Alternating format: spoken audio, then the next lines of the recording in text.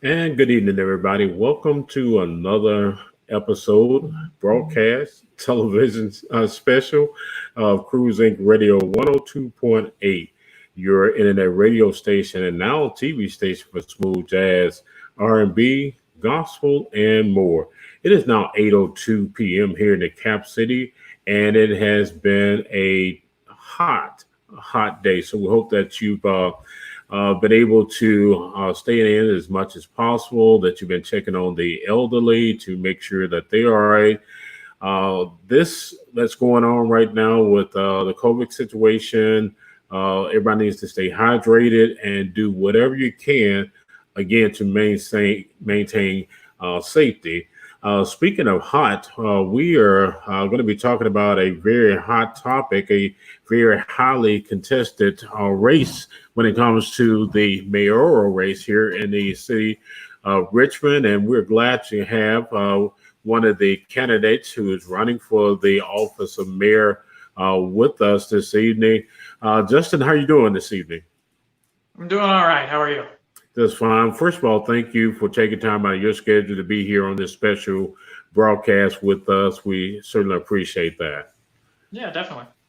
Tell us, Justin, a little bit about your background. I always like to let people talk about a bit about themselves because I can read it off and it just go over everybody's head and it won't connect. So tell us, because I know you're from Richmond, you're an attorney, and you got some other wonderful things going on, with your family.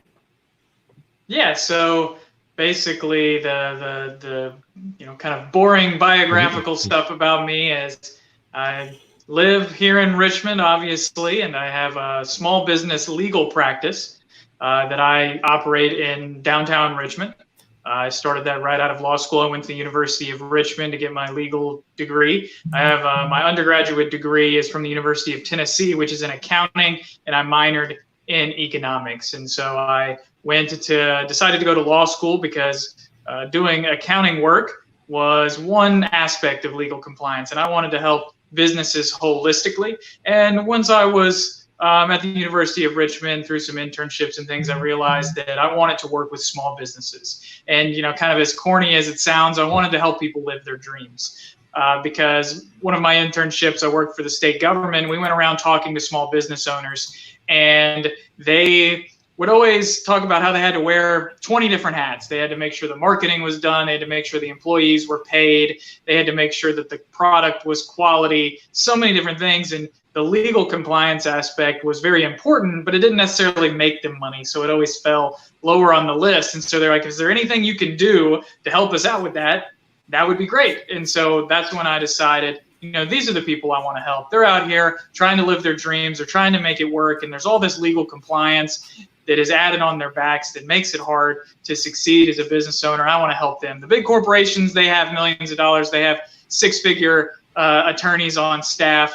So I want to do that and help out, people trying to live their dream and start something from the ground up. And so I started my own practice out of law school, and I've been doing it ever since. I've worked with over 500 businesses across Virginia. And I really love doing that and being able to help people succeed. Now, here's one of the hardest questions probably of the night. So are you a spider or are you a vole? It depends, I guess. I'm both, I guess. But football, I probably follow the Vols more.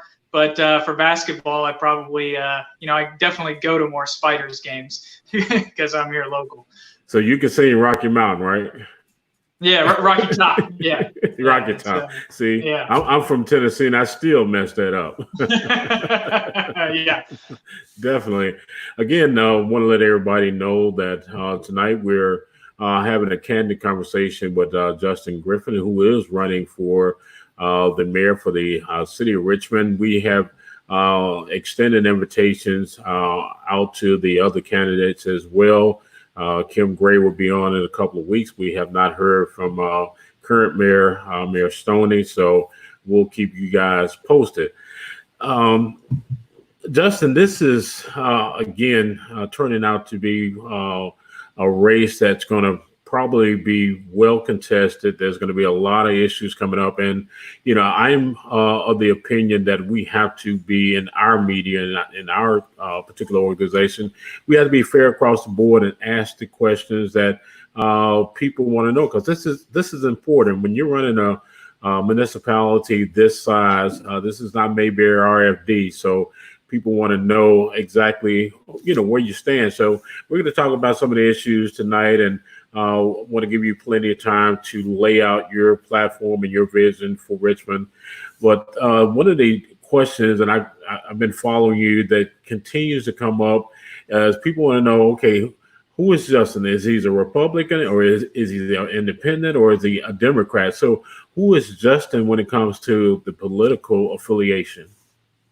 Yeah, so I'm an independent. I have no political affiliation. I've never run for public office before. I've never worked on campaigns. My career is the legal side of things, and having my own business and helping people start and run businesses. And so I think that's one of the biggest differences between me and the other candidates in the race, is that being a politician is their career.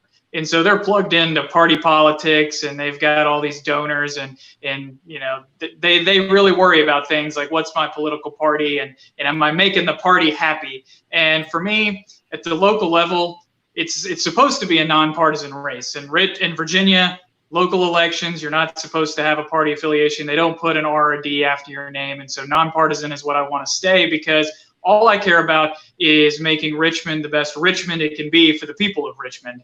And, I'm putting my life and my career on hold to come in here and try and serve the people of Richmond, because our city government is failing us. We deserve better schools, better roads, better city services. And if I get elected, I'm going to do everything in my power, skill, and ability to work for the people. And when you've got people that are, one of the problems we've always had in Richmond is we have people that see the office as a stepping stone, because politics is their career. So they, start out their career working on campaigns, and then they, might be in an office like city council, or they might do something else politically, and then they run for mayor so that then they can run for something else. And for me, being mayor is the destination. And that's because I love Richmond. This is my home, and this is where my business is. This is where all of my people are, and I just want the city to serve us well, and for us to stop paying more to get less, and that's what I'm all about, and that's why I tell people I'm an independent. I'm a Richmonder. That's what I am. Now, you said, and of course, in several different postings and news that you're not a politician. And which some people are going to see that as a plus, and some people are going to see that, is a knock on your experience. So what experience would you bring in terms of being able to run a city of this size with all its different entities and the budget that it has? How do you speak to those that say, well, you're not a politician. What do you know about running a city or a government organization? I think it falls back to the fact that just because you're a politician doesn't mean you know how to run anything. If anything, it showed us that, especially here in Richmond, that they failed us in running it. The politicians, they end up serving themselves and not the people, and they end up wasting our money and our budgeting. And I think, kind of my background and my experience, having a accounting background, having an economics background, having a background of pouring through complex documents every day in my business practice, going through contracts, helping people buy and sell businesses, looking over financial statements. I think that right there is exactly what Richmond needs, because Richmond doesn't have a revenue problem. It has a mismanagement and misplaced priorities problem. And so my background and my desire, and you can really look at the things that I've done just in my spare time over the last couple of years. I was very heavily involved in opposing the Navy Hill program proposal, but solely because the financials didn't work out. And so I actually was able to take my background and my knowledge and pour through the financial documents and point out the flaws in them and explain those to everyone and say, hey, here's where things aren't working out, and we should ask them some more questions about it before we just dive into this thing. And I've had some op-eds in Style Weekly where I've pointed out and was able, just from the limited access that I was able to get through some FOIA requests, some wasteful spending and some misuse of spending here in Richmond. And so it's one of those things where if somebody with some interest in it and somebody with some financial knowledge got in there, what else could we find? And we could redirect that money to our priorities. And so I think that's relevant experience that gives me a leg up on the other people that are running. Now, right here on the screen, I have that it's an excerpt of, I think it was from your website, Coliseum.com. And in that quote, the project itself is only projected to generate $342 million in new real estate tax revenue, while costing $620 million. Now, I'm sure most people can see the math in that. What was the driving factor to get you involved in the No Coliseum project to even oppose it? Yeah, so I think anybody that's lived in Richmond for any significant period of time realizes that every couple of years we're having to have a big discussion about some kind of big shiny project, whether it's putting a baseball stadium in Shockoe Bottom. There was a very short discussion about whether we should have the Redskins, well, I guess the Washington football team training camp here. Before that, they were still talking about an arena. If you go far enough back, we're talking about things like Sixth Street Marketplace or the Performing Arts Center. And it's just this constant battle of fighting off get-rich-quick schemes in Richmond. And we've tried it over and over again, and they always fail. They never meet their projections. They're always sold with these really lofty projections, and then it's a few years in, and we're like, oh no, sorry guys, they didn't meet the projections that we promised you. And so for this, it was, when the project was first presented, I was like, hey, this might be, I'm always skeptical whenever the city presents something like this. You're like, okay, here we go again. But he's like, it'd be nice to have a new arena. I go to concerts at the arena. I'm a WWE fan, so I would always, I'd go to Monday Night Raw when they have it at the Coliseum. And so it's like, it'd be nice to have that. It'd maybe bring some livelihood into that area that's quiet at times. But I'd love to see some numbers. And so then when Mayor Stoney presented, he came out and he said, hey, it's going to be $1 billion. It's not going to pay for itself plus $1 billion. And so I kind of rolled my eyes, skeptical still. But then they put out the financial documents. Like I said, with the financial background, I was like, oh, great. They must actually have something here. I'm going to sink my teeth into it. But once I did that, I started pouring through these documents. It was 180 pages of projections. I looked through it, and I looked through it again. I was like, this doesn't say what they say it says. And where it does say what they say it says, these projections are astronomical. Like the attendance that would have been required at that arena, if you take out sports teams, which Richmond wouldn't have had, it would have had to have more attendance than Charlotte, Raleigh, Baltimore, and Charlottesville combined. You're like, come on, guys. Let's have an honest conversation about this. An arena is a luxury purchase. If this is something we want to spend tax dollars on, let's have an honest conversation. And the reason I stepped forward and said something is because I said, Justin, if you really care about Richmond and you want to see it do better and not fall into this this trap again, you got to step up and say something. And so I spent the weekend after Thanksgiving, when I was supposed to be spending time with my in-laws, building the website, putting together these explaining these financial documents, and I just put it online, and it kind of gained some momentum from there, and people started talking about it, and it got some good questions answered, and then it ultimately led to them voting down the deal.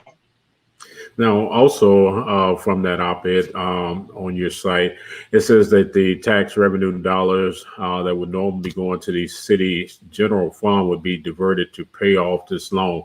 Explain that for those of us that don't quite know the inner workings of how that project would have impacted our normal revenue. Yeah, so what they tried to pitch this as a no-risk project is what they would keep saying.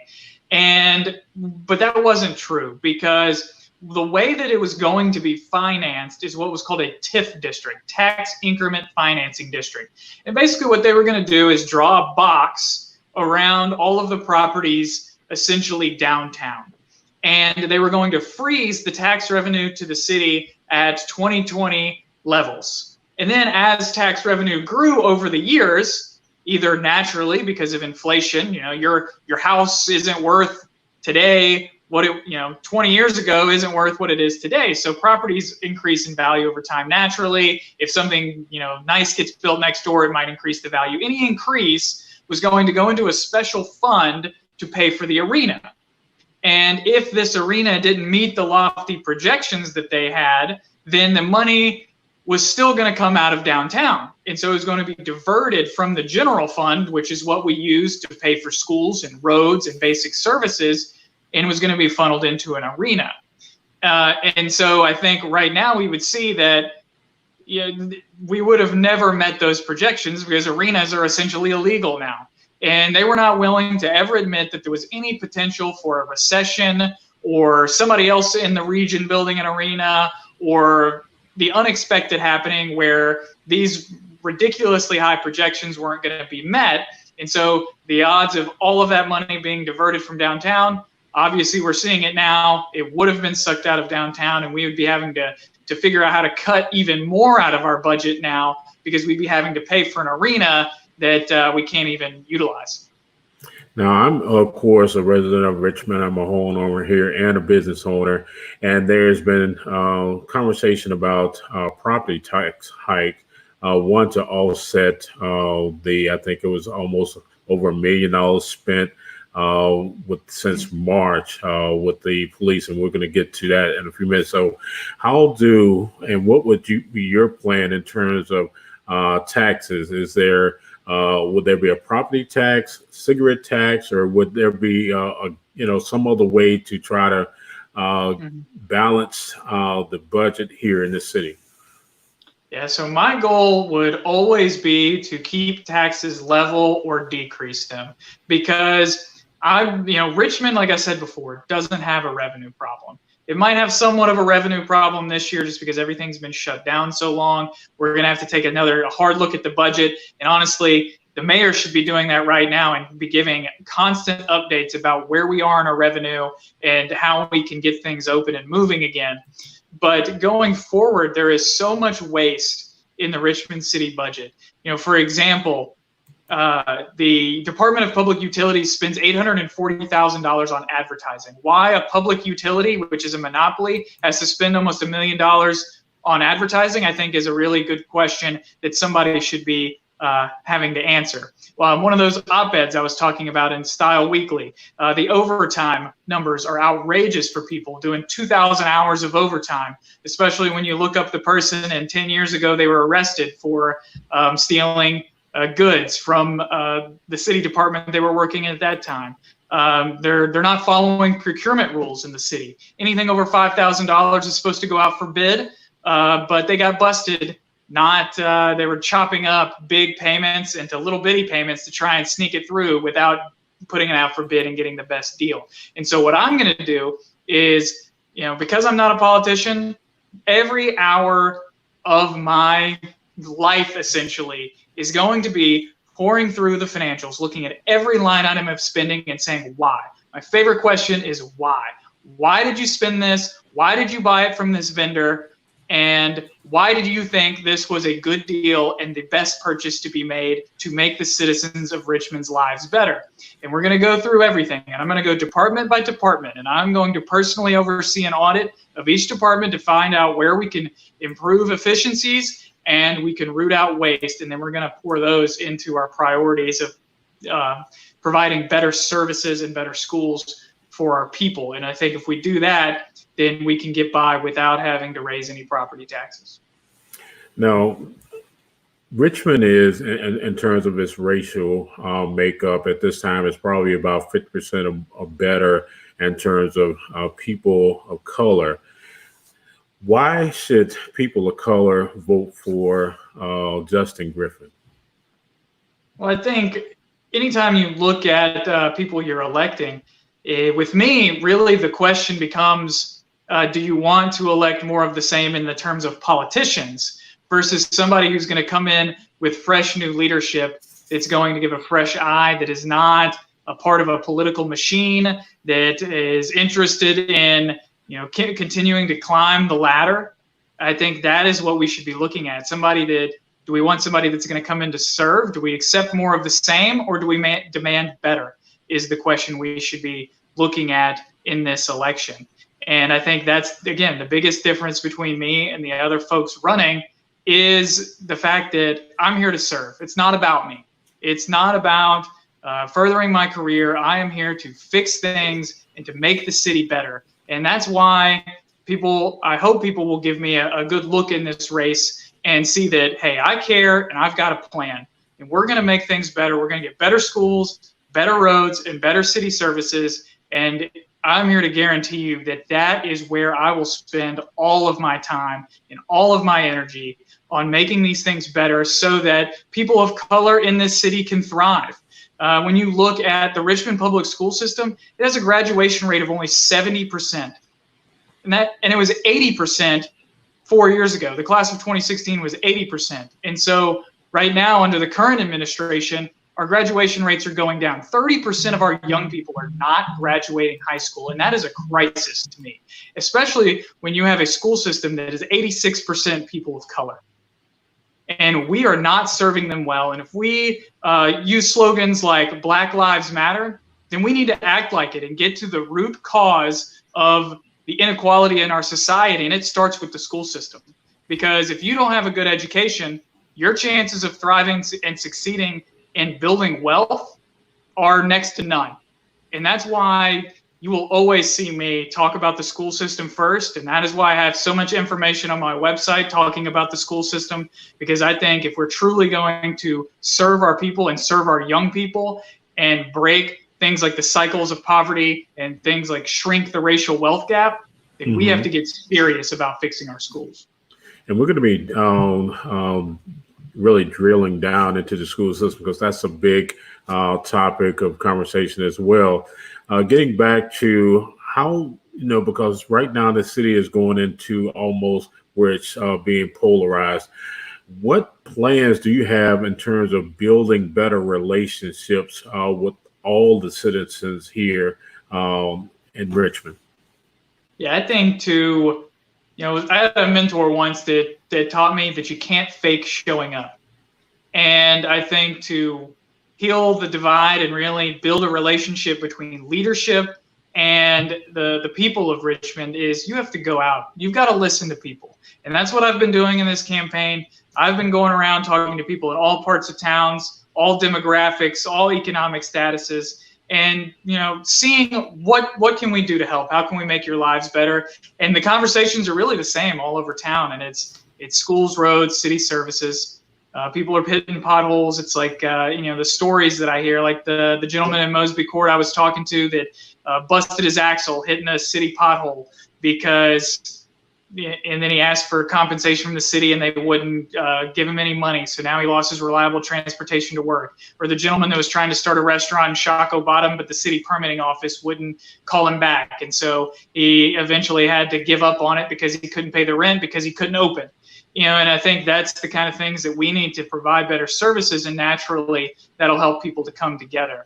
But also when we're dealing with Richmond, we need to, when we're talking about politicians, and again, they use slogans and act like they care about people. But when you look at things like Shockoe Bottom and the history of the slave trade there, those stories aren't told. And I think to heal here in Richmond and to start to bring people together, we have to become a city of telling stories and telling all stories. The stories that deserve to be told but never have been. And Richmond has a unique place in our country in being able to tell the history.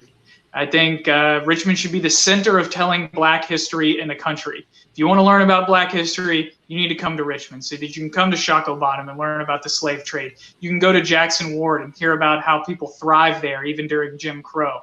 And you can look at the interstate that was put right through those neighborhoods. And you can learn about the Civil War. And you can learn about the founding of our country. And so that we can start to tell those stories, and I think that can help people heal and start to move forward here in Richmond. Let's talk about the rioting, protesting, and then the police department here. And there's a question coming in. I want to go to this question first, and it has to do with, before we get to the other, of course, crime in this city. And Ms. Geraldine Smith would like to know, what are your plans regarding crime in our city? Yeah, I think that's almost been something that has been a afterthought during the conversations that are going on about policing right now. And again, like I was saying, I've been having conversations with people all over town, and when I go and talk to moms that live on South Side, they talk to me about how they see, drug deals going on right outside their front porch, or how they have to sit in the car with their daughters at the bus stop because it's not safe for them to wait on the bus alone. And I think that's a very serious thing that we're failing our people in. And I think when we look at how are we going to talk about policing, how are we going to reform our police department, everything should be community based. There's a buzzword that always gets thrown around. It's called community policing. But Richmond doesn't really get too deep into community policing. They do door knocks and talk to people, but really here in Richmond, you can be proactive about trying to prevent crime by the police really becoming part of the neighborhood. When I've been having these conversations with people, they usually say, we want more police presence, but we do want the police to be more involved in the community. It's usually kind of a standoff almost. They don't feel like a part of the community. And I think our police need to come in and be a part of community, get to know people, get to know the youth in the community, really spend time there. And so that that we're all in this together is the idea. We're working together. And when you come into the community, you can talk to people in the community and say, hey, what problems are you seeing? Because what somebody's seeing at City Hall or just looking at numbers is never going to really know is what the priorities of the people in the community are. So it's all about listening. It's all about spending time in the community saying, hey, what are you seeing? Where can we put more resources? What do you think the problems are? How can we serve you better? And through that and building these relationships, you can start to prevent crime, and it helps with solving crime. And that's where we should be focused in everything we do, taking that motto of to protect and serve very seriously when we're talking about policing. All right, Justin, I'm going to take you back in time, and we're going to say that, we transform you, and you're now sitting in the mayor's office, and you're having to deal with COVID and now the rioting and the protesting.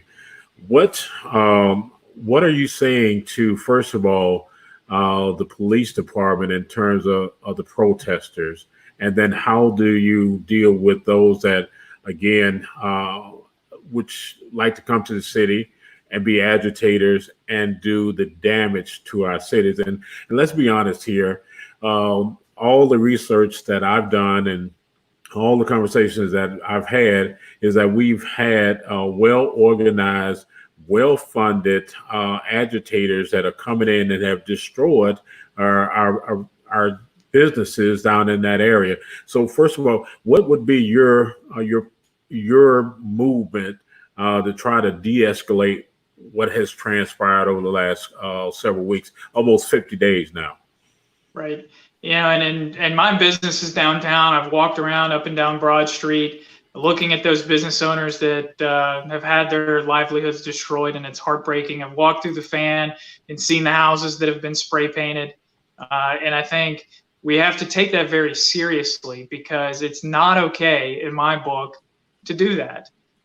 There is a right way to do things and a wrong way to do things, and having conversations about police brutality and reforming policing in ways that we can make it better. My slogan is, we deserve better. And when I talk about better city services, part of that is better policing. And we should make sure that we're serving our people and always serving our people. And I think those are conversations that we should always be having. And the police department isn't going to get some kind of pass, like it's a special department for me. I am going to be going into that department, and we're going to be scrutinizing everything they do. We're going to be looking at their training. We're going to be looking at their budget to see, okay, where can we save money? Maybe we can redirect funds. Maybe we need to put more money into certain things because we need to prevent crime in certain areas. And it's always the question why, like I'm talking about. And I think all of those are conversations that we need to be having. But we also need to not have tolerance for people damaging private property. These business owners, they're still closed, many of them.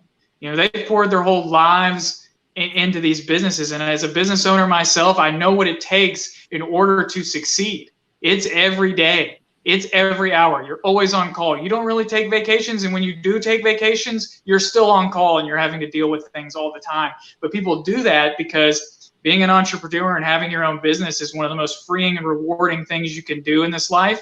And it's a great tool for economic mobility. And it's things we should be promoting that in our city and promoting that in our minority communities and in our Black community. Black entrepreneurship is a key to economic mobility.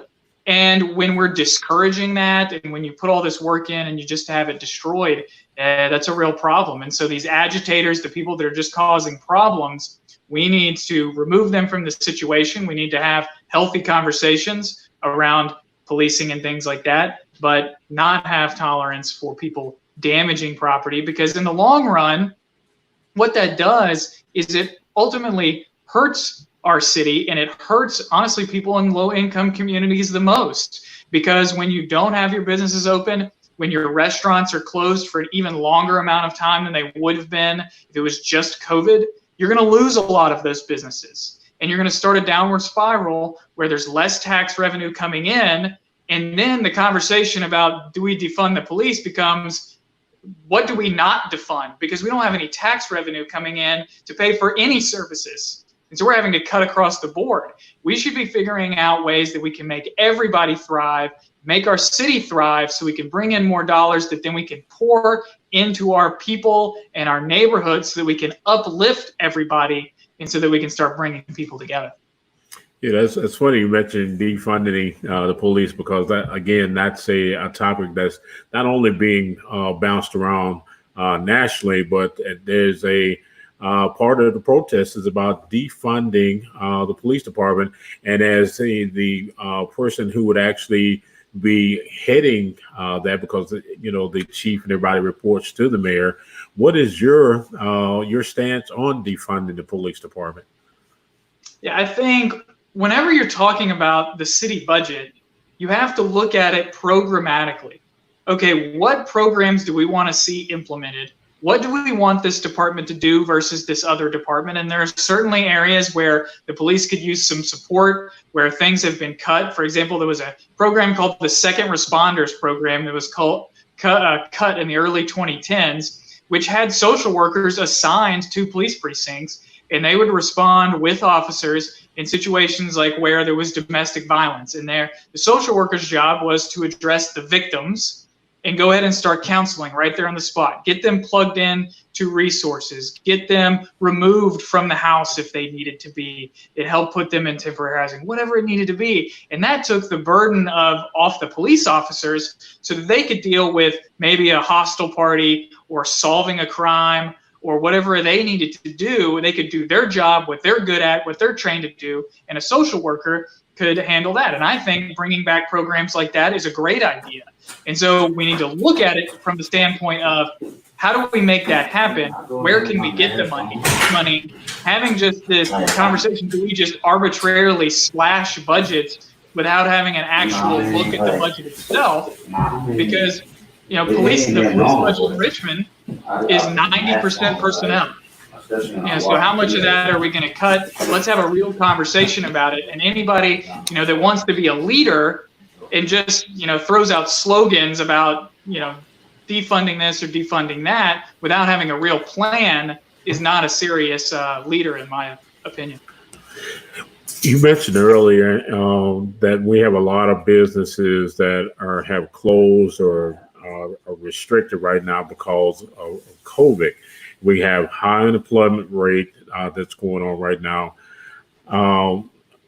At this stage, with the positivity rate actually ticking back up, what stage would you think would be conducive for Richmond to be in? Do we continue to maybe go back now that we've had this surge, or we continue to move forward in the phases of opening up?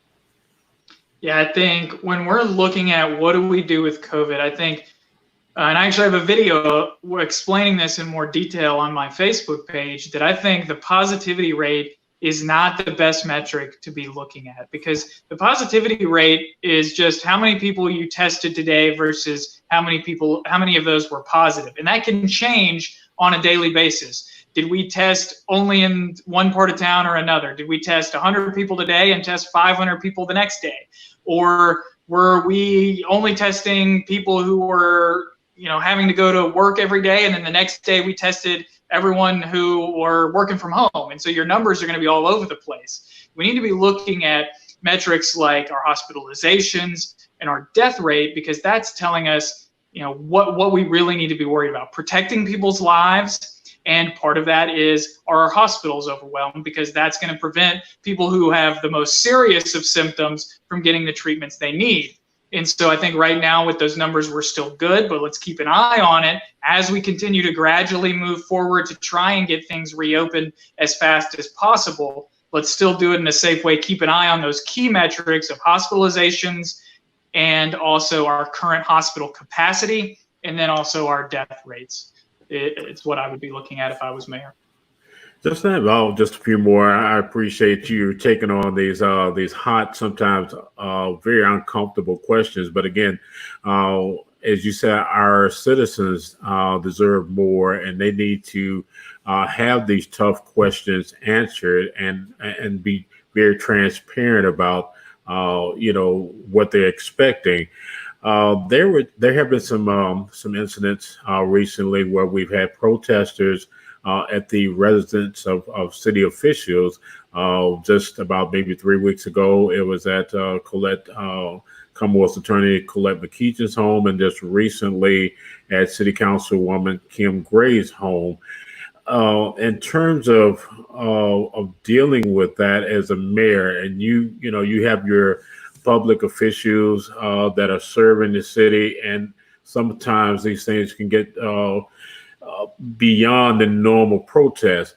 What is your take, and then what is your response to your team? Because the council is supposed to be a team here in terms of making sure not only that those people are safe, but the residents that they live in. There are other citizens also in those residents there. From the report, streets were blocked off. There could have been a major fire, and it would have inhibited the fire department or any other emergency for senior citizens. So, as the person that directs the police department, how do you navigate that particular incident and try to make sure that the totality of public safety is equal across the board? Yeah, I think we should always be looking at how do we keep all of our people safe. And, protesting is protected by the Constitution, and people are allowed to do that as long as they're doing it, they're assembling peacefully. And if that happens to be at the home of an elected official, as long as it remains peaceful, they go through the proper channels and do it the right way.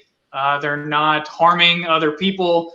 You're not out there in the middle of the night making a noise and strobe lighting and those type of things and harming all of the neighbors. Because when you're a public official, you do step forward and you're willing to take those things on, but your neighbors didn't sign up for that. And so let's do things the right way here in Richmond so that we can move forward together productively to actually make positive change and make things better here in Richmond. I personally think the best way to do that is at the ballot box, and that's why I decided to run for mayor, because I was fed up. Enough is enough. We're not serving our people right. Some of those stories that I've told you today, I've got a million more of them from talking to people where we're just not serving our people in any way, whether, not just policing and things like that. There's every department in City Hall is failing our people. And so for me, that's why I stepped forward and said, hey, I'm willing to serve. I want to fix things and make things better. And so I think going forward, as a people here in Richmond, I think that's the best way to do it. We're not happy with our current elected officials. They've been letting us down. They've been failing us for so long. Well, let's choose something different. Let's demand better, and let's elect somebody that's only interested in going in and fixing and making it so our people's lives can thrive and succeed. And that's what I'm about.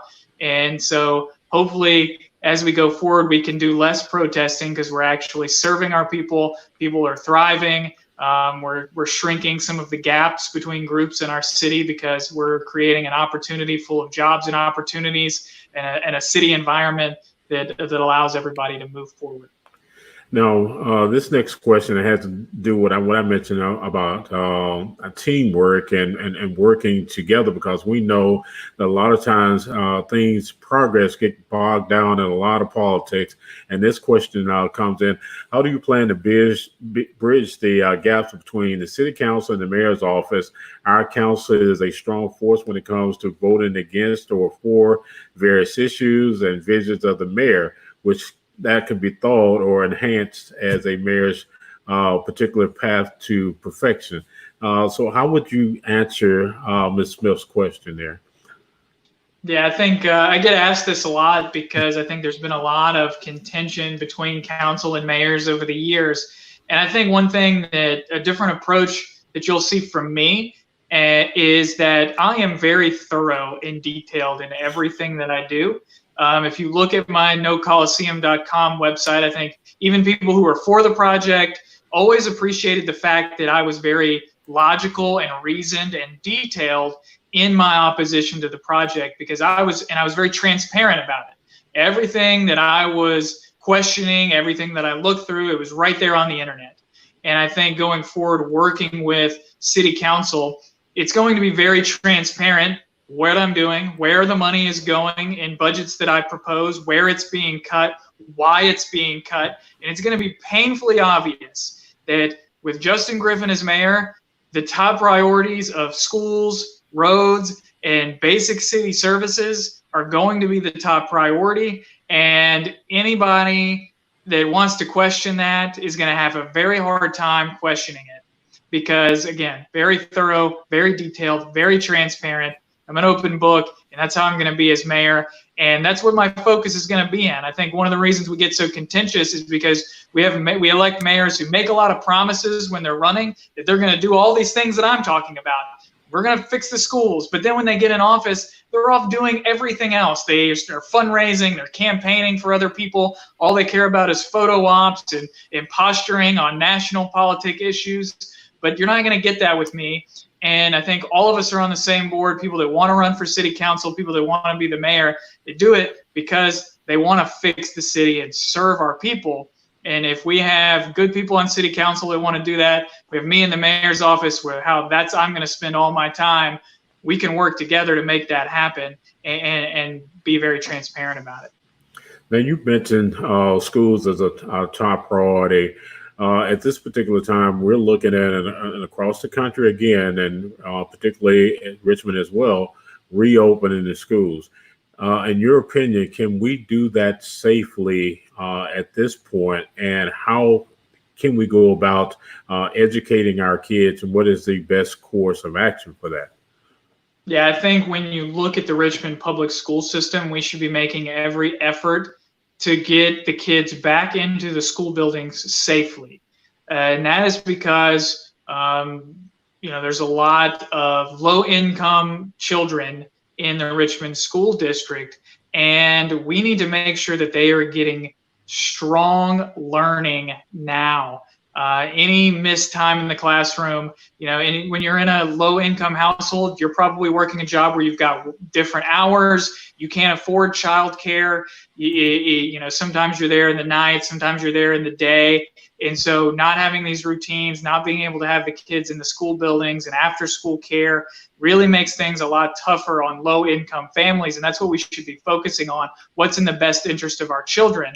And I understand that people might be cautious. There's definitely understandable that people are going to be cautious. So I think at the very least, we should be providing multiple options in Richmond public schools for people who feel safe. Let's do what we can to make it as safe as possible. Teachers that are okay being in person, let's do it safely. People can opt into that, or they can opt in to doing it at home. Another benefit of that is it doesn't make the schools completely full.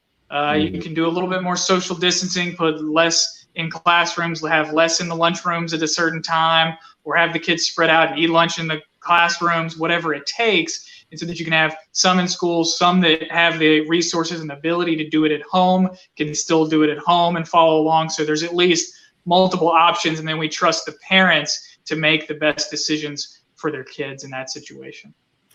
Many of our teachers, Justin, they're underpaid. How do we get our teachers in this locality at least up to the national average. I think right now the average for a teacher is probably 2 or 3% lower than the national average. How do we get those teachers? Because we're asking them now to, as you say, go back into a potentially risky situation, and then just on in a normal course of teaching, they are having to not only be teachers but social workers. They're having to be counselors. They're having to be babysitters. They're having to do all of these things, and really don't get an opportunity to focus on their main objective, which is to educate our kids. Yeah, and that's why everything comes back down to having somebody who is good with budgets and who understands numbers and can figure out where our money is going. If you look at the Richmond City budget, even after adjusting it down for COVID, it's still almost $80 million more than it was 4 years ago. And you look around and you say, where the heck did all that money go? Because it certainly didn't go into my streets, because mine's still a mess. I don't know about yours. Mm-hmm. It took me 6 months to get a trash can. My business clients can't get permits and licenses. I'm sorry, I didn't mean to laugh on that one, but 6 months to get a trash can. Yeah, we can't run a basic inventory system. I learned how to run an inventory system when I was 16 years old working at Quiznos, and we can't seem to do it in the city. When I got the person on the phone to order it, she said, "Oh, they're on back order. I sure hope it doesn't take 6 months like last year." Wow. So we can't even learn from our own mistakes. It's one thing to make a mistake once, but somebody's character really shows when they've made the mistake and how they change based on that mistake. And so needing somebody to go in there to be able to root out all the waste, make things more efficient, because if we really care about our kids and we really care about our people, we are going to make sure there's not a single dollar of waste, because every dollar of waste is a dollar that cannot be poured into our kids and poured into our schools, and by things like raising our teachers' salaries, getting more wraparound service workers, counselors, nurses, whatever it takes into these school systems, because that should be our top priority, is educating our kids, because like I said before, education is the key to thriving and succeeding and building wealth. And if we're not providing that, we're failing our people and we're failing our kids, and that has to change. And so that's why I'm so serious about budgeting and rooting out waste, because I care about our kids and making the school system better and doing things like you're saying, paying our teachers more. All right, we got about 10 minutes here, and these last two questions, again, I certainly appreciate your being so candid here. This is the big one, Justin. In fact, it is one that's still, when you look on social media every day, the removal of the statues. What is your stance when it comes to whether or not those statues should have been removed? And if I'm not mistaken, in my research is still, there's a lawsuit still pending in reference to whether the mayor had the legal authority to remove those. So where do you stand when it comes to whether or not those statues should have been removed? Yeah, so I've had a plan for many years now of making Monument Avenue a walking open air museum, essentially. Turning it into a timeline. And this can be done whether those statues are there or they're not. And I'm going to try and pursue it, whatever remains when I take office, because what I have in mind, and I think what we can do is, because Monument Avenue, those beautiful grass medians in the middle where people run up and down them, they have picnics in them, they sunbathe in them, everything. What you can do in the median there is do a timeline. And you can start before Europeans ever even came to this continent. You can start with the local tribes that were in the area, tell the story of Chief Powhatan. My vision for Richmond is, like I said earlier, making it a place that tells stories, because Richmond is full of stories, and that should be our niche as a city, to bring in tourism, to bring in tax revenue, but also tell the stories that deserve to be told in this country, that are necessary to be told to help us have some reconciliation. And so in this timeline, as you go through time, you can start to tell people and the true story and the full story of Richmond. And so you can tell stories of people like James Armstead Lafayette, who was a slave in the area, who served the Continental Army as a spy. And so he gave him valuable secrets from the British Army. And he ended up taking the name Lafayette after the French general Marquis de Lafayette, and he was freed. And you can keep going through time and even recognizing people like Henry Marsh, the first black mayor of Richmond. And ultimately, as you go through, we can have a community conversation about the stories that are told on Monument Avenue, the important people through time that are told on that avenue. And then at the end, we should do 2 new large monuments, one to Oliver Hill for his work as an attorney that ultimately led to Brown versus Board of Education and the desegregation of schools. And then the last new large monument should be to Douglas Wilder, because what that does is that changes the context and tells a story on Monument Avenue of Richmond. It tells the story of us and how we went from a people who were fighting to keep people enslaved, the capital of the Confederacy, to putting up all of these statues glorifying Confederate generals, to electing the grandson of a slave as the first black governor in the country. Not even the South, in the country. And to me, that is a inspirational story. It's an educational story. It's a story that hopefully can start to bring us together by showing people that we don't have to hate each other.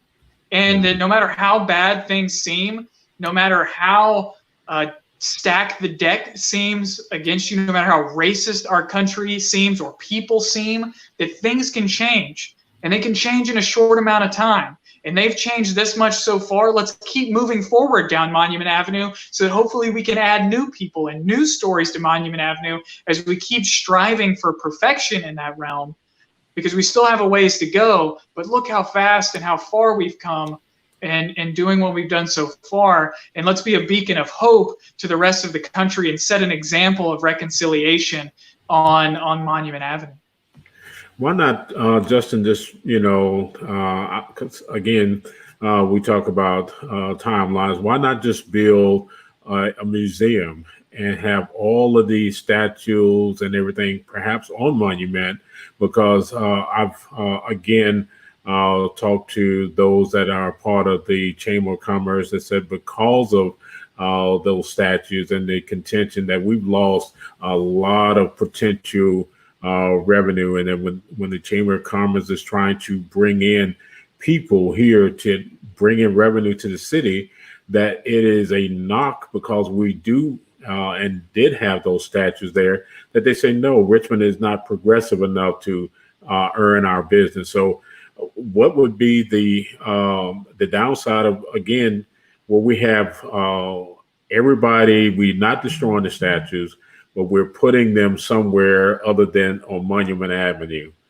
And another thing is that most of the black statues are in black communities, which that's fine, but why not put it in, again, a monument where it tells the story of everybody, the timeline, and we get the story straight?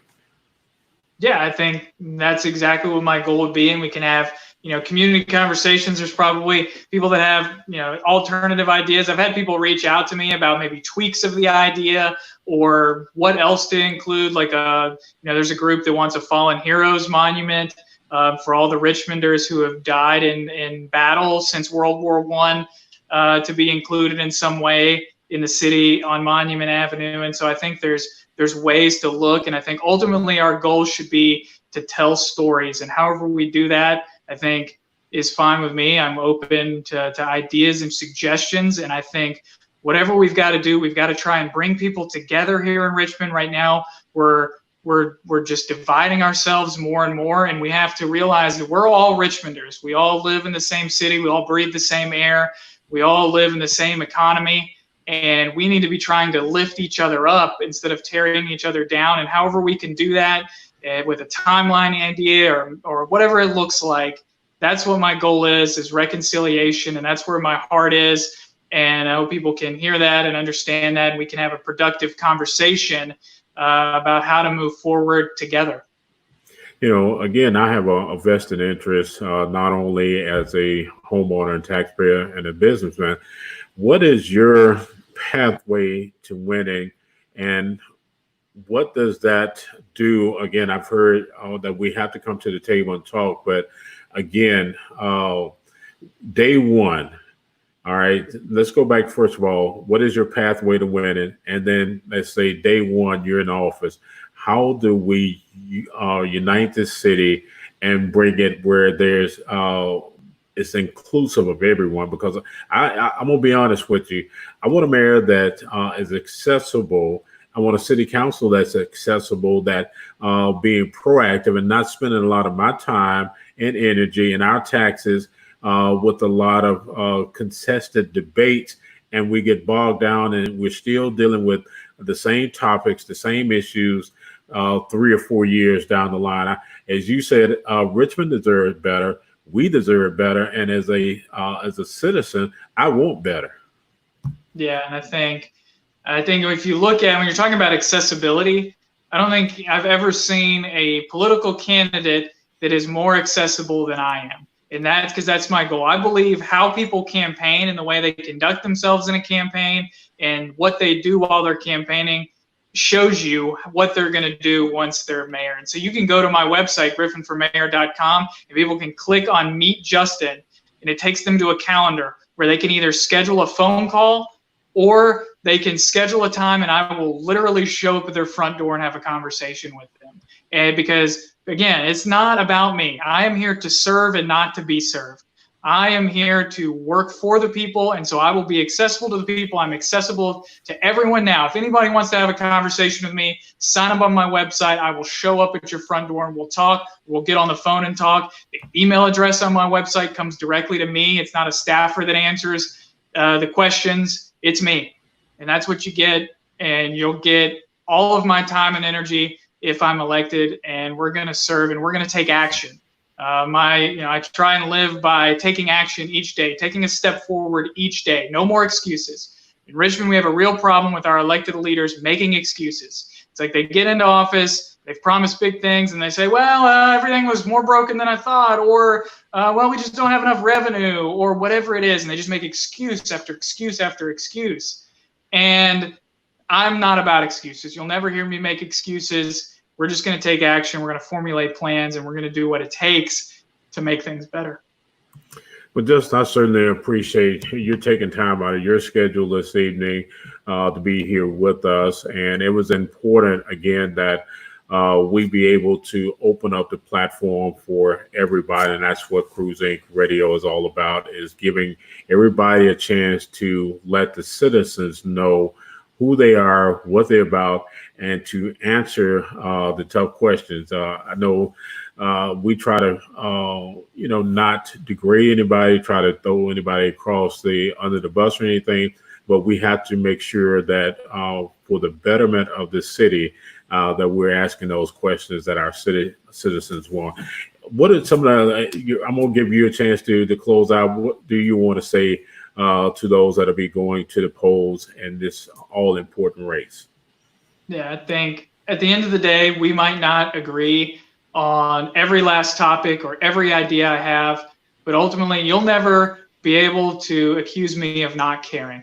And I think that's very important. If you look at me, you can say this guy cares and he has a plan. He's in it to serve. He's different than what we've been having because he's not a politician. He's really here. He's serious about it. He means it.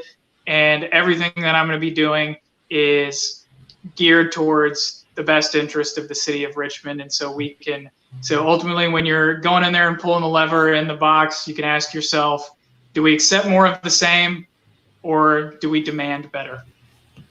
Well, Justin, thank you again for being here on Cruise Inc. Radio live TV stream.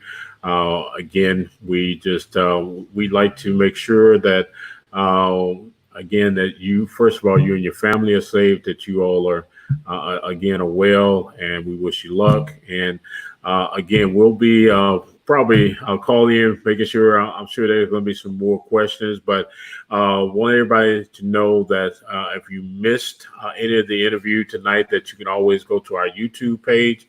That is Cruise Inc. Radio 102.8 TV on YouTube, and it's also airing currently right now on our Cruise Inc. radio page on Facebook.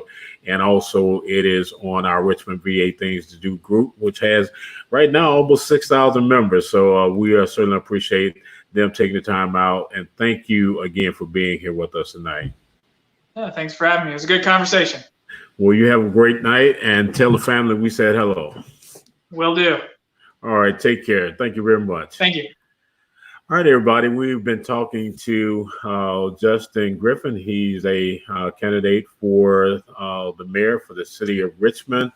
And again, we wanted to make sure that we open up our forum and give everybody an equal opportunity.